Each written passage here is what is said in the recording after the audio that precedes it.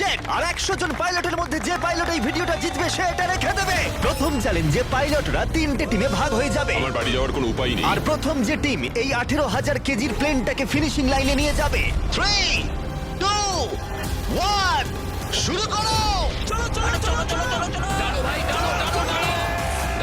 আর এই 3টে টিমের মধ্যে যে টিম এগিয়ে যাবে তাদের এই বিশাল জেট ইঞ্জিনের শক্তি সহ্য করতে হবে আর সহ্যের কঠিন পরীক্ষাও দিতে হবে। তাহলে দেখা যাক। আরে অজ্ঞান হয়ে গেছে, কেউ অ্যাম্বুলেন্স ডাকো। আমরা শাটডাউন করলাম একটা গোটা শহরকে 24 ঘন্টার জন্য, কিন্তু প্রথমে দেখব কোন টিম এই ফিনিশিং লাইনটাকে ক্রস করতে পারে। তাড়াতাড়ি, তোমরা প্রায় পৌঁছে গেছো। ও এক হাতে এটাকে টেনে নিয়ে যাচ্ছে। ওরা দ্রুত এগোচ্ছে। ওরা কি তাড়াতাড়ি যাচ্ছে? জিততে হলে প্লেনটাকে ফিনিশিং লাইন ক্রস করাতে হবে। ও, আমরা উইনার পেয়ে গেছি। তোমরা পেরেছো। ওটা আমাদের জেট। আমি এটা আমার মেয়ের জন্য করেছি। 2/3 পাইলট এইমাত্র এলিমিনেট হয়ে গেল। এদের মধ্যে একজন জিততে চলেছে এই প্রাইভেট জেট।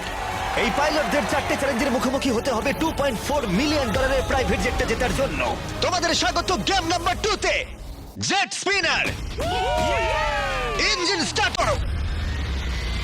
এটা ঠিক নয়, আমার মোটেও ভালো লাগছে না। এইবার প্লেনটা স্টার্ট হচ্ছে। চলো শুরু করো ভাই। তোমরা যে প্রাইভেট জেটের জন্য লড়াই করছো তার থ্রাস্টারগুলো আরো শক্তিশালী, যাতে বাতাস প্রতি ঘন্টায় 96 কিলোমিটার বেগে বইতে পারে। জেটটা একটা সার্কেলে রোটেট করবে, এর ফলে তোমরা তোমাদের প্ল্যাটফর্ম থেকে উড়েও যেতে পারো। আরে এটা তো পাগলামি। হেরে ফিরে যাওয়ার জন্য আমি এত দূর আসিনি। আমার খুব ভয় লাগছে ভাই। সবাইকে গুড লাক। এই শুরু হলো।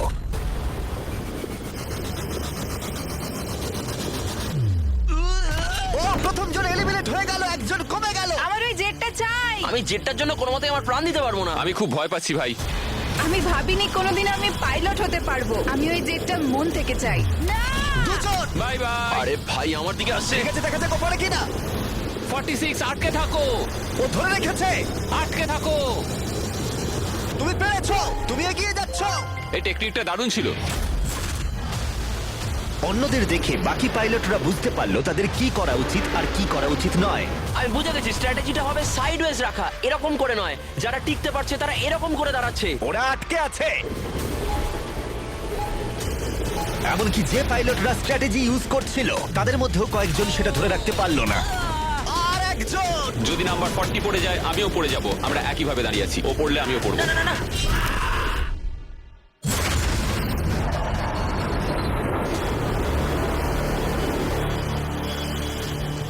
ওটা আমার কাছে কিছুই নয়, আমি পারবো। এটা সত্যিই একটা অদ্ভুত বিষয়, কারণ তোমরা যেটার জন্য কম্পিট করছো সেটাই তোমাদেরকে এলিমিনেট করে দিচ্ছে। ওরা একে একে পড়ে যাচ্ছে। ও মাই গড, আরেকজন পড়ে গেল। পারফেক্ট টেকনিক থাকা সত্ত্বেও যে পাইলটরা এনএফএল খেলেছে তারাও টিকে থাকতে পারলো না ঠিক এভাবে। আরে সবচেয়ে স্ট্রং লোকটাই তো পারলো না। মনে হচ্ছে যেন ও একটা ইটের দেওয়াল, কিন্তু কতক্ষণ। আর এই চ্যালেঞ্জের শেষে তুমি পারবে। আরে ও না, ঠিক আছে, এটা খুবই খারাপ হলো। এই প্রাইভেট জেট ইতিমধ্যেই 15 জন পাইলটকে এলিমিনেট করে দিল। এখানে যাদেরকে নিয়ে আমি সবচেয়ে বেশি চিন্তিত ছিলাম তারা সবাই এখন। কনগ্রাচুলেশনস তোমাদের 19 জনকে এগিয়ে যাওয়ার জন্য। আমি এই রাউন্ডটা জিততে পারলাম না, আমার খুবই খারাপ লাগছে তার জন্য। আমার কিছু বন্ধুর জন্য সত্যি খারাপ লাগছে, কিন্তু খেলার নিয়ম তো এটাই। একটা নতুন কিছু শুরু হতে চলেছে। আমি ভেবেছিলাম যে আমি এটা করতে পারবো, কিন্তু এমন ভাবে হাওয়াটা এলো যে আমি থাকতে পারলাম না। চলো তাহলে পরের গেমে যাওয়া যাক। আর এই ভিডিওতে আমরা সৌদি আরবের রিয়াদে যাব, যেখানে হতে চলেছে আরো 3টে চ্যালেঞ্জ। এই পাইলটরা যেখানে কম্পিট করবে এই $multi-million প্রাইভেট জেট জেতার জন্য। 3 নম্বর চ্যালেঞ্জে আমরা 10,000 ফুট উপরে যাব। আমার সাথে চলে এসো। আমি চাই তোমরা একজন ক্যাপ্টেন বেছে নাও। স্যামুয়েল কিন্তু প্রথমে এগিয়ে এসেছিল, তাই আমার মনে হয় স্যামুয়েল হওয়া উচিত। কি বলো তোমরা? স্যামুয়েল, তোমাদের একজনকে বেছে নেবে 1 ভার্সেস 1 চ্যালেঞ্জের জন্য। অ্যান্ড্রে, খুব ভালো। ওহো, স্যামুয়েল, এই 19টা ব্রিফকেসের মধ্যে যে কোনো একটা নাম্বার বেছে নাও। নাম্বার 8। এদের মধ্যে 10টা ব্রিফকেসে লেখা আছে জাম্প, মানে তুমি স্কাই ডাইভ করে পরের গেমে চলে যাবে। বাকি ব্রিফকেসে আছে এলিমিনেশনস। অলরাইট। স্যামুয়েল ব্রিফকেসের ভেতরে দেখছে, আর আন্দ্রে এবার ঠিক করবে স্টিল অথবা নো স্টিল। ব্রিফকেসের ভিতরে কি আছে? জাম্প। তুমি বলছো জাম্প আছে? হ্যাঁ জাম্প। ঠিক আছে আন্দ্রে, স্টিল অথবা নো স্টিল। দেখো ভাই, আমি তোমাকে বিশ্বাস করছি। জিমি, আমি ব্রিফকেসটা নেব। যদি এতে জাম্প থাকে তাহলে তুমি এগিয়ে যাবে। দেখা যাক। দেখি। ও এগিয়ে গেল, ও যাচ্ছে টপ 10-এ। কিন্তু মনে রেখো, পরের গেমটা মাঠেই খেলা হবে, তাই তোমাকে জাম্প করতে হবে। 3, 2, 1।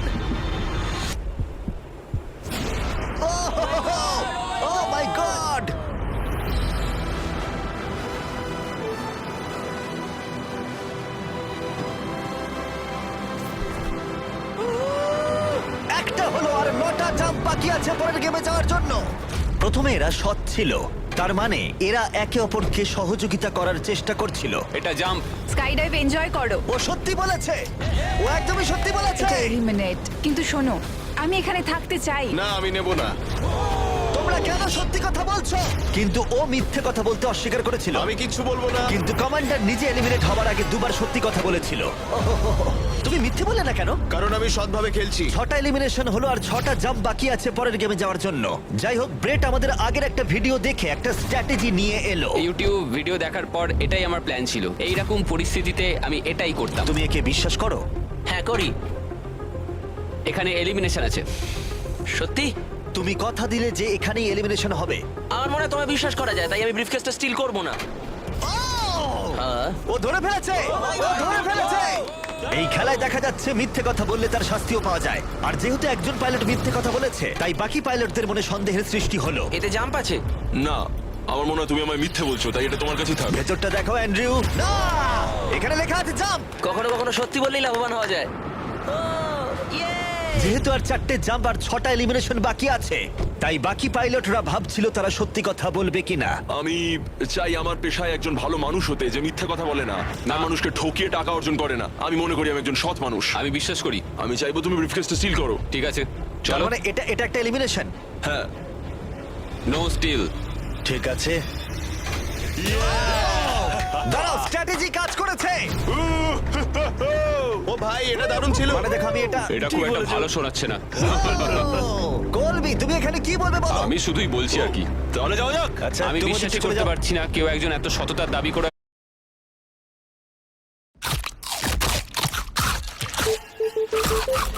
ബ്രേക്ക് എടുക്കുകയാണല്ലേ আমরা ছেলে খেলা করলো, তারপর সে হাসতে হাসতে মিথ্যে বলে দিল। আর 3টে জাম্প আর 6টা এলিমিনেশন বাকি আছে, আর পরিস্থিতি ক্রমশই খারাপ হতে লাগলো। জাম্প লেখা আছে, আমি এটা নেব। ও, এতে জাম্প আছে। আমি এটা স্টিল করব না। No steal. আমি জাম্প পেয়েছি।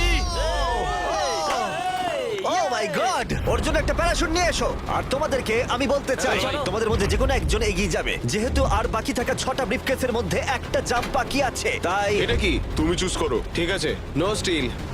ও, এলিমিনেশন। আর 4টে এলিমিনেশন বাকি আছে, কিন্তু জাম্প বাকি আছে একটা। ঠিক আছে, ভেতরে তাহলে কি দেখলে?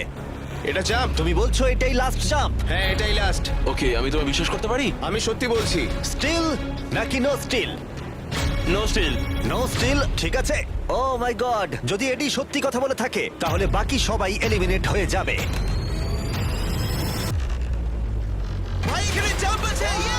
ও সত্যি কথা বলছিল, ও তোমাদের সত্যি কথা বলছিল।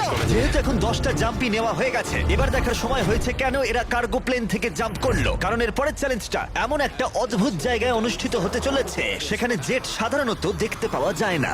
রিয়াদের সব থেকে বড় ফ্রিওয়ের একেবারে মাঝখানে, সৌদি আরবের সব থেকে বড় শহর, যাতে পুরো শহর এই জেটের চ্যালেঞ্জটাকে দেখতে পায়। তাহলে সবাই নিজের হাত তোলো, সবাই এই জেটে নিজের হাত রাখো। সবার শেষে যে এই $2 মিলিয়ন প্রাইভেট জেট থেকে নিজের হাত তুলবে সে রেখে দেবে। গেমটা অফিসিয়ালি শুরু হয়ে গেছে। তুমি হাত তুললেই আউট হয়ে যাবে। হাতটা কি তুললে? না, আমি ঠিক আছে। কতক্ষণ থাকতে পারবে? দেখা যাবে, আমি মনে হয় শেষ ব্যক্তি। আমি যতক্ষণ না অজ্ঞান হচ্ছি ততক্ষণ এখানে থাকবো। যতক্ষণে তুমি অজ্ঞান হয়ে যাও। এটা আমার মনে হচ্ছে অনেক ঘন্টা। কয়েকদিন, তাই মনে হ্যাঁ হয়। হতে পারে। এই ভিডিওটা শুরু করার আগে একটা জেটকে শহরের মাঝখানে রাখা অসম্ভব বলে মনে হচ্ছিল, কিন্তু বেশ কয়েক মাস প্ল্যান করার পরে এই রুটটা, যেখানে এই প্লেনটা কোনো রকমে রাখা গেছে লাইট পোলগুলোর মাঝখানে।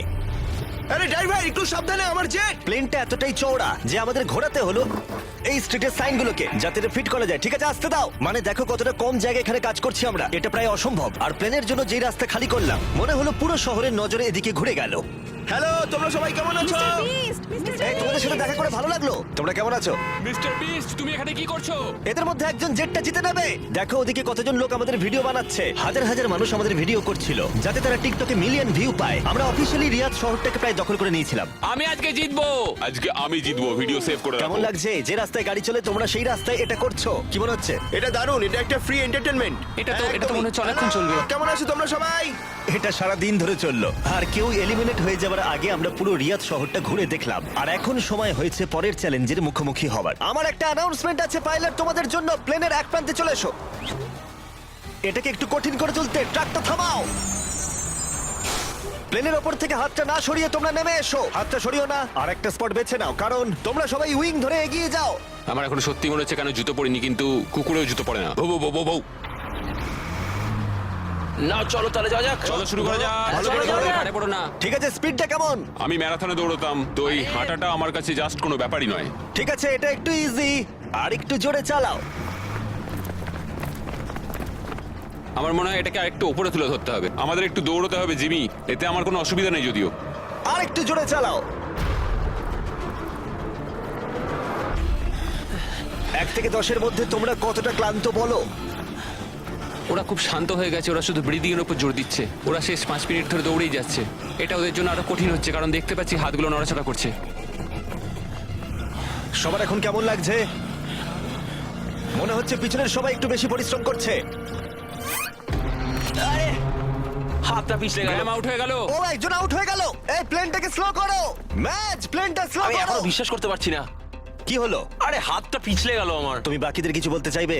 হ্যাঁ, এটা চলতে থাকুক, তোমরা এটা ডিজার্ভ করো, তাই এটা চালিয়ে যাও ভাই। আমার গ্রামের জন্য খুব খারাপ লাগছে ভাই। হ্যাঁ, আমি ওদিকটা চাই না দেখো। কেউ এখান থেকে বেরিয়ে যাক, কিন্তু সেটা পার্ট অফ দ্য গেম। আমার মনে পড়ে না আমি শেষ কবে এত দৌড়েছি। আমি সব ঘেমে চান করে গেছি। সৌদির গরমে দৌড়ানো সত্যি খুবই কষ্টকর, তাই কয়েকজন পাইলট ক্রিয়েটিভ হলো। সবাই ভাবে ওরা কি করে ড্রেস চেঞ্জ করে, হয়তো ভিডিওটা ফেক করা হয়েছে। ঠিক এইভাবে দেখো কি করে জামাটাকে খুলছে।